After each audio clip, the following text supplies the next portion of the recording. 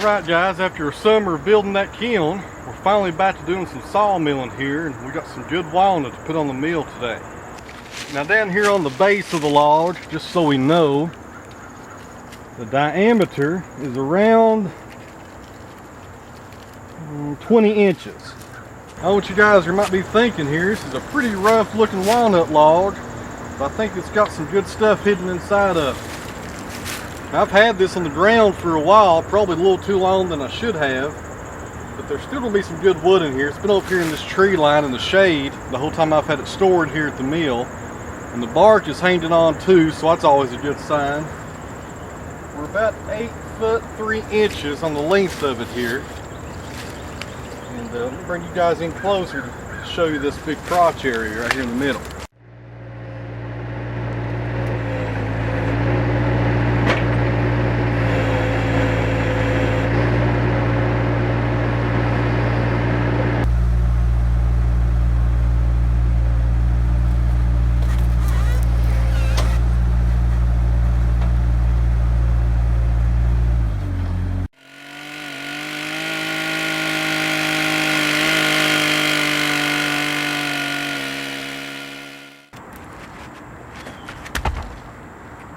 Now something very important that you want to do if you ever have to take a log and trim off a limb or where this crotch comes out to make the width a little bit less so you can get through the sawmill, something you need to really think about doing and don't forget about is your end grain.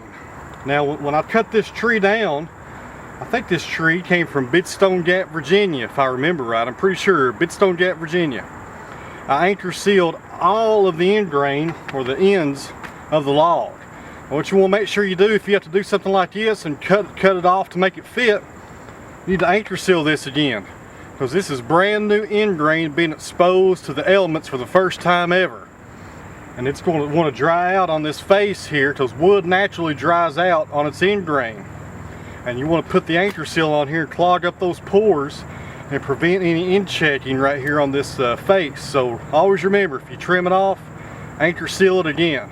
You can never anchor seal these things enough, I don't think. Alright guys, we can see the log a lot better now that it's up on the sawmill bed here. Of course the crotch is right here, it's about 32 inches. Has some fantastic grain in there, I'm hoping. And here's another crotch right here on the side, and it's not 90 degrees to the other one, it's canted just a little.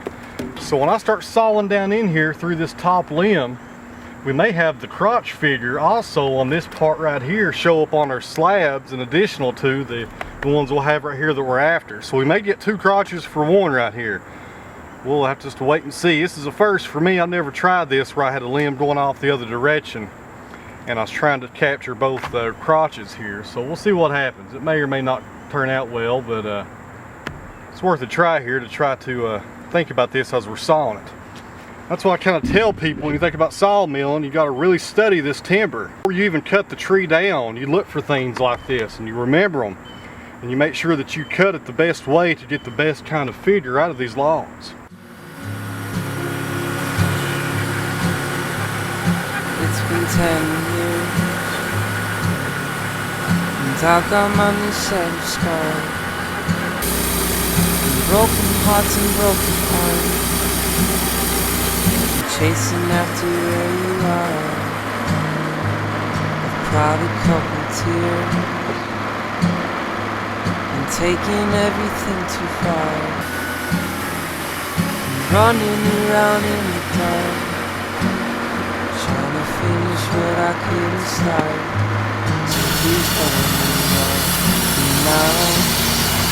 That gravity brought me down. Now that I'm around, so please don't let me now.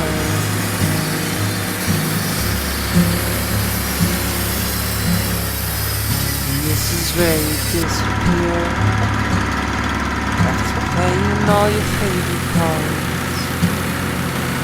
Father, but just on my child,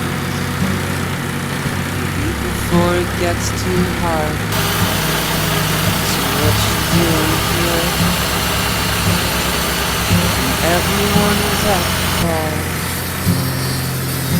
filling in the missing parts. And here we are, hard. So who's gonna love now? Gravity down.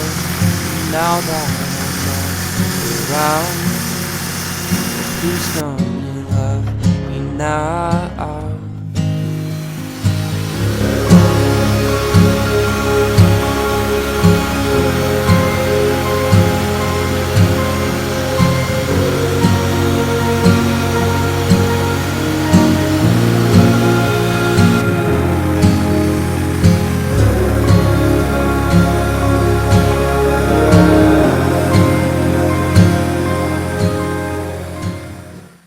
We're going to be in good shape here. This walnut has got a little bit of spalting here around the sapwood. I'll bring the camera over so you guys can see it. It's spalted in the sapwood. Didn't touch the heartwood of the sapwood. It's spalted. But the crotch figure is ridiculous. It's all intact, solid, and we got more than one area of crotch figure. We got two like I was hoping for. So this is awesome right here. This is excellent. Well, as you can see, it's green. Like I've said before in this channel, when walnut comes off the mill, man, it's got a greenish tint to it. It don't turn that nice dark color until air hits it. But rest assured, this is black walnut. I'm not trying to fool you there. It just looks green as it comes off the mill. Let me put a little water here on this figure, let you guys see what it looks like.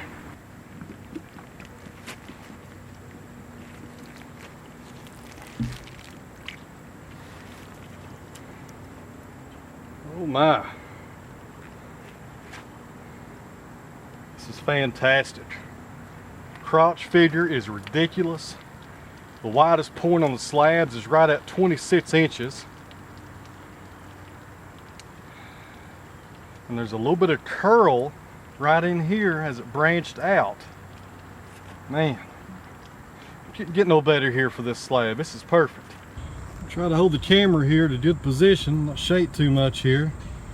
As you can see, there's the main prize that we were after, the crotch wood right there, the crotch figure. Nice and intact. No damage to it when the tree was harvested. That's what you want right there, nice and solid, because that's some weak wood in there. That grain goes both ways. It's not the strongest wood in the world by no means. Down here below it, a little bit of curly walnut right there, a little figure to it there. It curls just a little in there.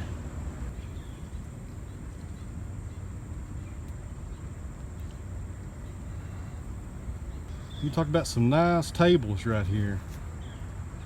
These slabs are 8 foot long. They vary in width. The widest point is 26 inches. And the sap line is very, very small.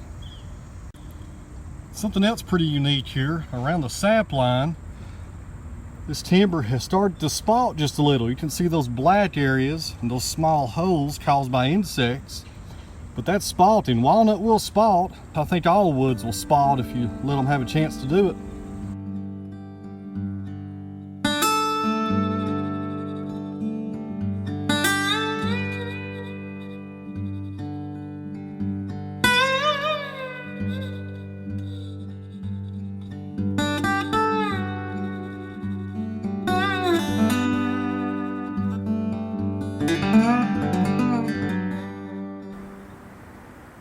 Alright now guys, this is what you call a book matched set of slabs here.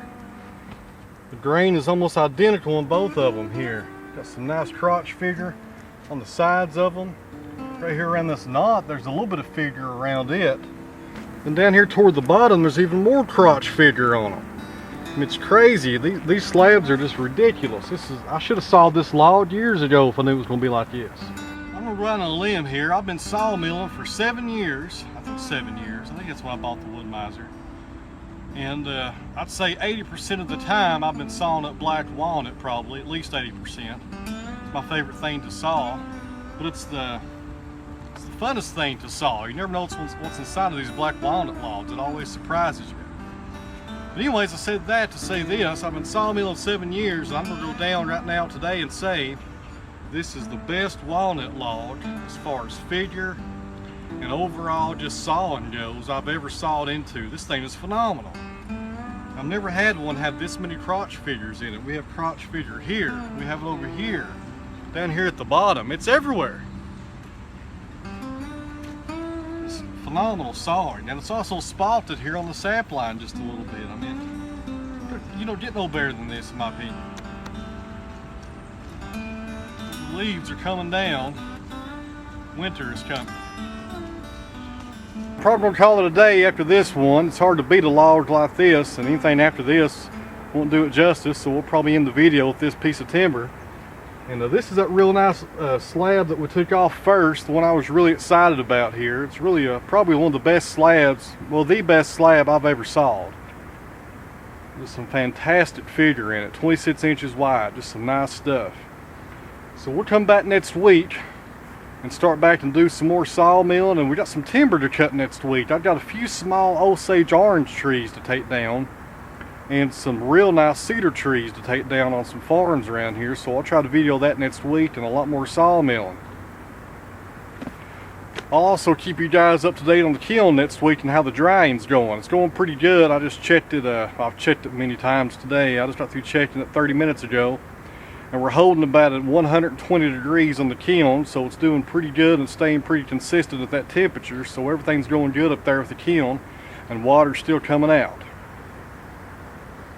I'm probably going to keep this one for myself and make a table out of it. This is just too nice right here.